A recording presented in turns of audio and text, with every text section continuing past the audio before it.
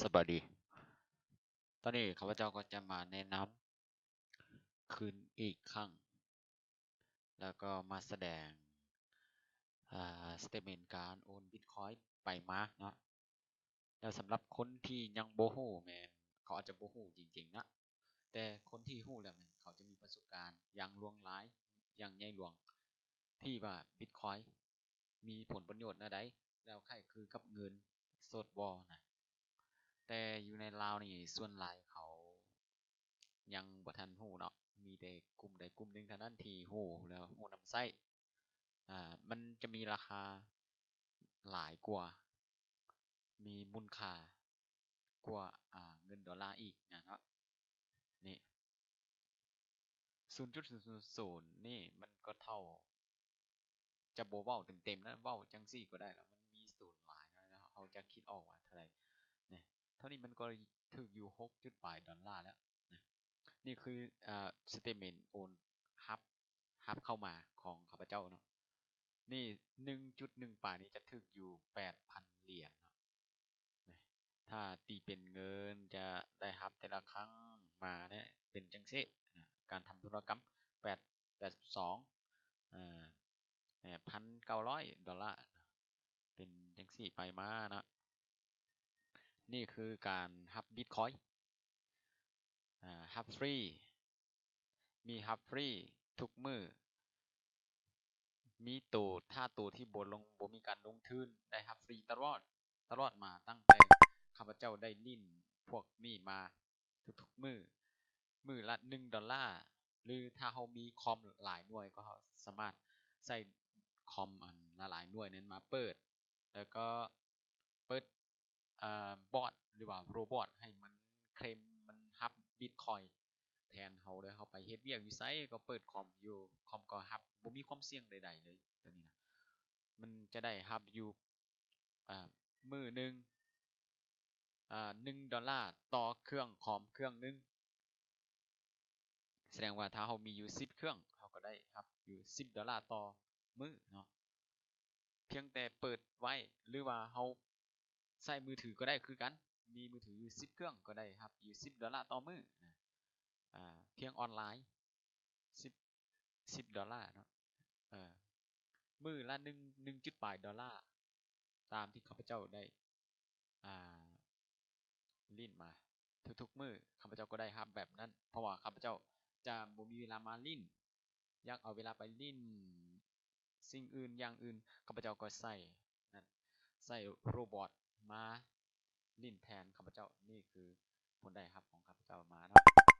แต่ละครั้งว่าเป็นจังใดเนาะแล้วตอนนี้มาเบิ้งเว็บที่ได้ครับเนาะตัวนี้คือข้าพเจ้าทุกๆชั่วโมงทุกๆชั่วโมงข้าพเจ้าได้ครับอยู่เท่านี้ได้ฮับไปแต่สเตทเมนต์มันยังหลายกว่านี่แต่ตัวนี้ดาวน์โหลดบ่ได้ย้อนหลังหลายกว่านี่ครับทุกชั่วโมงเวลาที่ข้าพเจ้าเปิดคอมต้องได้ตอนนั้นเลยทุกๆมื้อแสดงว่าถ้าเขามีอยู่10เครื่องเนาะ10เครื่องเอามาคูณประมาณเขาได้เดือนนึงประมาณอยู่300 กว่า ดอลลาร์ต่อเดือนอ่าเพราะว่าถอนได้เด้อได้ฮับฟรีตัวเลขจะนับถอยหลังตัวเลขนับถอยหลังเด้อครับเราจะฟรีบิตคอยฟรีบิตคอยนี่ตัวเลขนับถอยหลังเวลาฮอดศูนย์เวลาที่ว่ามันตัวเลขนี่ไปถึงศูนย์แล้วมันก็เคลมเอาบิตคอยฟรีอีกนะ6 มื้อถอนข้างหนึ่ง6 มื้อถอนข้างหนึ่งหรือว่า5 มื้อที่จริงแล้ว4 มื้อก็ได้ถอนแล้วเฉพาะบัญชีของข้าพเจ้าแต่บัญชีที่เปิดใหม่นี่อาจจะบ่ได้สูงเท่ากับตัวข้าพเจ้านะอ่าข้าพเจ้าเมื่อกี้ข้าพเจ้าก็ถอนไปละถอนไปคือเนี่ยเมื่อกี้ได้หลายกว่านี่เลยแต่หาก็ถอนไปตอนนี้ได้หาก็ได้ครับชั่วโมงผ่านมานี่8 781ซาโตชินะนี่ตัวเมื่อกี้ถอนคือตัวนี้เมื่อกี้นี่ถอนอยู่6 ดอลลาร์เมื่อกี้ถอนอยู่6 ดอลลาร์0.00008 5 9 6 3 BTC นี่ก็เป็นเงินแต่ส่วนหลายคนอาจจะบ่ฮู้เนาะแต่สิ่งนี้เราสามารถไปแลกเป็นเงินดอลลาร์ได้คือกันเลยคนใช้ทั่วโลกแต่อันนี้จะเว้าเฉพาะคนที่ยังบ่ทันฮู้เด้อขอโทษนำคนที่เคยใช้มาแล้วนะแต่คนที่บ่ทันฮู้แม่นเขาว่าอันนี้แม่นหยังวะคือ0.10ว่าเป็นเงินได้นะเนาะตัวนี้มันก็เป็นเงินนั่นแหละแต่เป็นเงินออนไลน์เท่านั้นนะเป็นเงินออนไลน์แต่มันมีมูลค่าหลายกว่าเงินสดที่เราใช้นี่ทั้งที่ว่า0.000นี่น่ะมันก็ยังเท่ากับ$6แล้วคิดแบบนี้ก็ได้หรือว่าจะไปเบิ่งตัวที่8,000ตัวที่1.13นี่นะ BTC เท่านั้นนะมันถึกอยู่ที่8,000กว่าดอลลาร์แล้วตัวนี้คือสเตทเมนต์ที่ข้าพเจ้าโอนเข้าในกระเป๋าบล็อกเชนของข้าพเจ้าเนาะเอ่อตอนนี้เฮามาเบิ่งตัวจริงตามเว็บไซต์เว็บ Jobit เว็บ Jobit นั่นราคาตัวนี้นะราคา1บิตเท่าตอนนี้ราคามันลงแล้ว1บิตเท่ากับ7,000กว่า$7,681นะ1 BTC เท่ากับนี้นี่จะอธิบายสำหรับคนที่ยังบ่ทันฮู้แล้วมาเห็นคลิปวิดีโอตัวนี้เด้อคนที่ฮู้จักแล้วเนาะเช่นว่าหมู่เพื่อนหรือว่าคนที่ลิ้นกันเกี่ยวกับพวกคริปโตเคอเรนซีหรือสกุลเงินออนไลน์นะ e-money เนาะนี่เขาจะฮู้ดีแล้วก็ขอโทษนำเนาะนี่จะอธิบายให้คนที่เพราะว่าอยู่ในคลิปวิดีโอนี้จะสอนได้ทั้งคนที่ยังบ่ฮู้นะให้เขาตื่นเต้นตื่นตัวว่ามีเงินแบบซี่อีกว่ะนะแต่ก็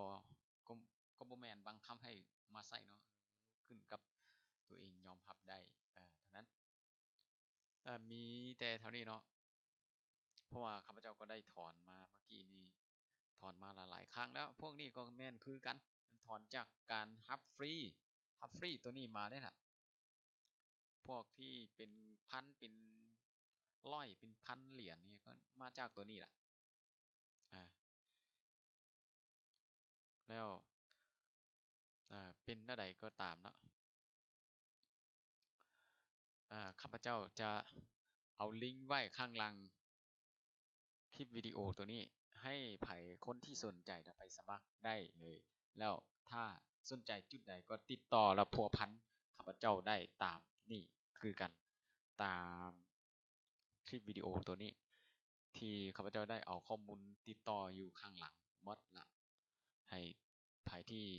เป็นคนใหม่มือใหม่บ่ทันฮู้บ่เข้าใจก็ติดต่อหาข้าพเจ้าได้เนาะ